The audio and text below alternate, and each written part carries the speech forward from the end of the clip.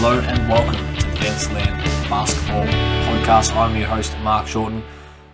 I wanted to do a quick little podcast here because if you don't follow me on TikTok, you might not be aware that I've got a couple of different draft guides out at the moment.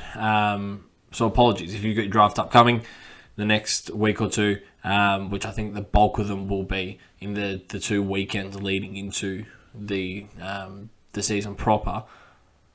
You wouldn't know that I've got a couple of draft guides out at the moment. So last year, I did a draft guide cheat sheet, which was pretty much the top 200 rankings, had a handful of sleepers, handful of busts, which was really enjoyable to do. So I thought I'd try and take that to the next level, add in a bit more content, add in more sleepers, add in more busts, add in more, and get that out in circulation, see what everybody thought. Bit of feedback. A lot of people have loved it, which is great to hear. A few people have said that it's a little bit of a harder price point than the cheat sheet because not everybody plays in paid leagues, which I completely understand. And to be honest, I didn't consider that initially. So it is a little bit harder to dip your hand into your pocket for $25 whenever you're playing in a league that is free to play. So I get that, absolutely get that, took that feedback on board. I've done a cheat sheet, which is back at the same price as what it was last year, which is the $11 mark. I thought I'd run through what you get with the two different ones. And then obviously I'll drop the link in the description here as well. It's on the Etsy store. So there's two different ones there. There's the full draft guide and there's a draft guide cheat sheet. So on the $11 one, so the draft guide cheat sheet, you've got my top 204 technically player rankings. So this is for category leagues.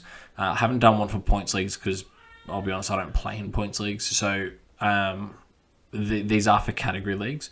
The rankings are a combination of kind of 8 and 9 category. So take that with a bit of a grain of salt. But we've got the rankings on there. We've got you get 6 sleepers and you've got 8 busts. So again, that's for the $11 price point. And then the full draft guide, which I did drop from $25 to $20. So you've got your top 200 rankings. You've got Fantasy Basketball 101. So if you are new to Fantasy Basketball, it kind of gives you a bit of a rundown as to what it all is, as well as different draft strategies. So I've added in, there's probably about half a dozen different draft strategies that you can look at if you are playing in a category league. I've done a couple of pages on the different rookies that I think are going to be fantasy viable this year. And then the sophomores that I think are going to take the next step up, as well as a couple that I am not as convinced on.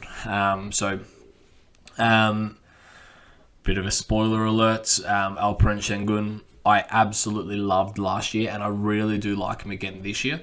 But I think that there are going to be people that are taking him in the 4th and 5th round, and I think that is a bit too rich for somebody who hasn't shown it yet. Yes, there are massive parallels between his rookie season and Jokic's rookie season. Yes, he's in a rebuilding team where he is the guy. He is going to be the center for their future, and he's going to be the undisputed center for this season anyway. But at his price point, I just don't know if I can justify it. So, but then on the flip side, I've got your likes of Keegan Murray and Jabari Smith, who I think should be higher on your draft board than they currently are. I've got 20 sleepers in there as well. I've got 12 busts, so players who I just do not think are worthwhile getting at their current rankings and ADPs. I've got team breakdown. So what this looks like is I've listed the who I think is going to be in the starting 5, which to be fair, that's not super groundbreaking. I think a lot of people will have an idea of what the starting 5 is going to be. But then what I've also got is in every single team, I've added in a potential sleeper. I've added in a potential bust as well. So not your out and out sleepers, or some of them are out and out sleepers. But what these ones more so relate to are players who I expected that are going to outperform their ADP, even if it is just slightly, or players who are maybe going as a late third round when they should be an early third round, these sort of guys. And then on the flip side of that, I've got potential busts, so players who I'm fading quite badly. Scanning through it here, you've got like DeAndre Hunter, you've got Gordon Hayward, obviously Lonzo Ball, Michael Porter Jr., Isaiah Stewart, those sort of guys who they're probably some of the more popular names and probably the more recognizable names. They're just ones that I'm not super convinced that are going to hit their ADPs this year, which is why I consider them as busts. If they don't hit their ADP, if they hit their ADP, great. If they hit higher than their ADP, or they finish in their rankings higher than where you drafted them, that's a sleeper. If they don't, and you draft them at 80 and they only finish in the 100, 110 in the overall rankings, that would be considered a bust. So the potential busts that I've got there are guys that I'm fading because I'm not convinced that they're going to hit their rankings or where they are being drafted in a lot of leagues. I've put in the schedule as well. That's something that is not as widely used as people should be using it for. In every single league that you're in, you will know in advance when the playoffs start, what weeks the playoff starts. And what you need to do is, if you're confident in your fantasy basketball ability, which I am, and I go into every single draft, even before I know the pick, thinking that I'm going to play playoffs, thinking that I'm going to be in the playoff run and go deep into the playoffs. So what I'm looking at is what players have the best schedule come playoffs.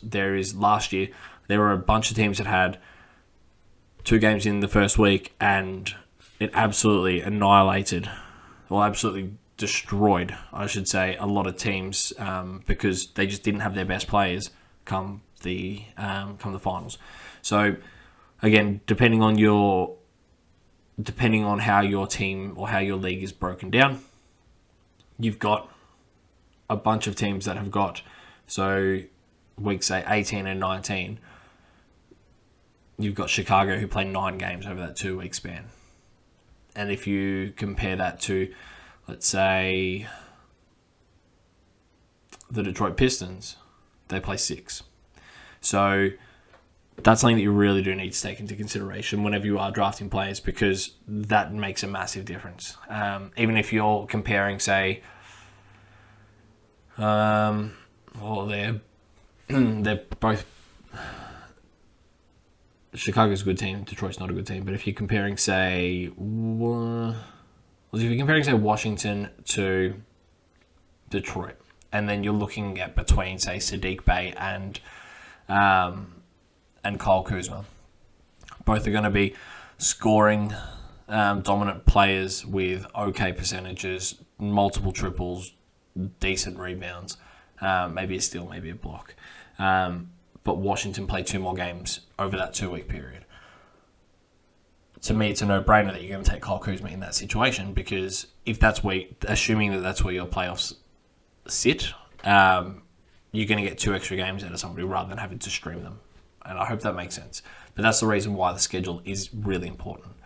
Adding to that, I've got stats that you can chase late. So you can't chase every single category late.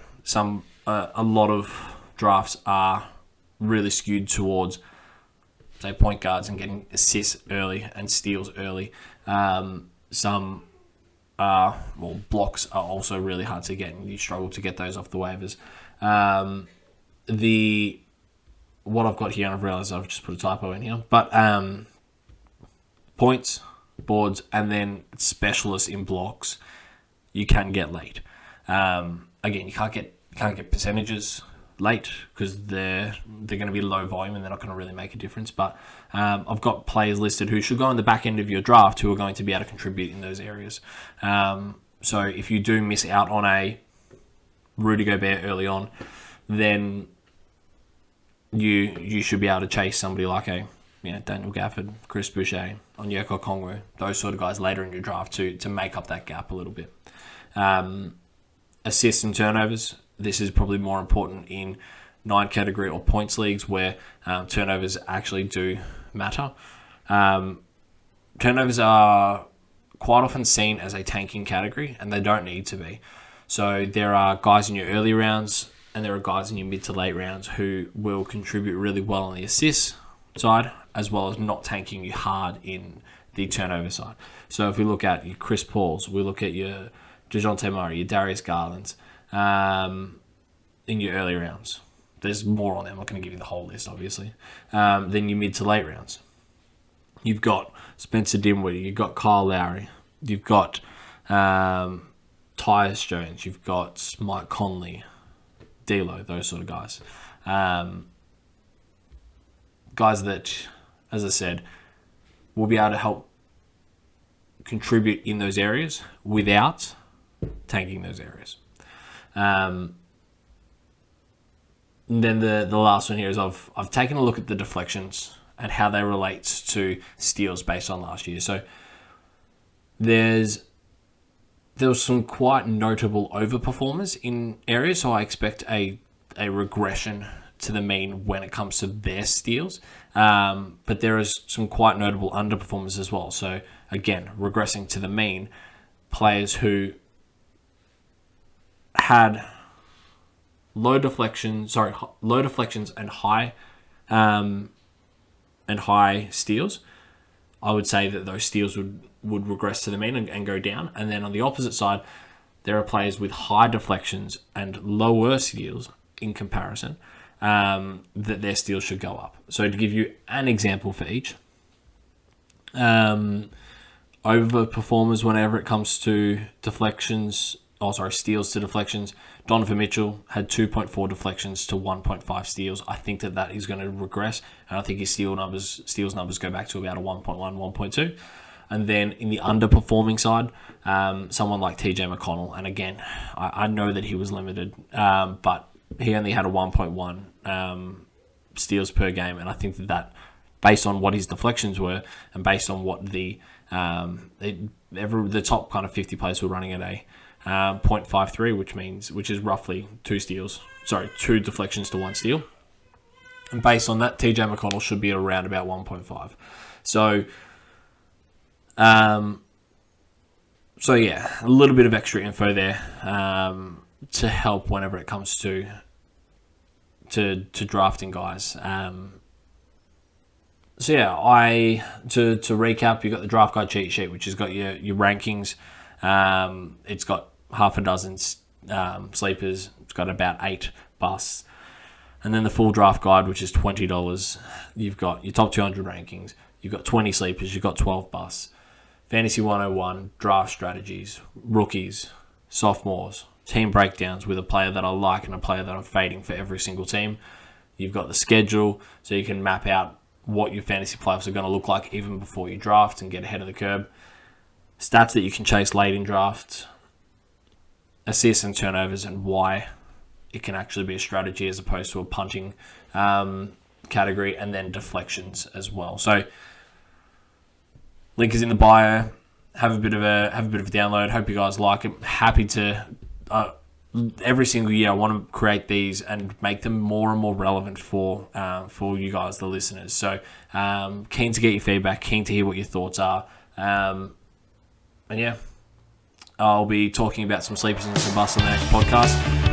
So until then, don't forget to rate and subscribe.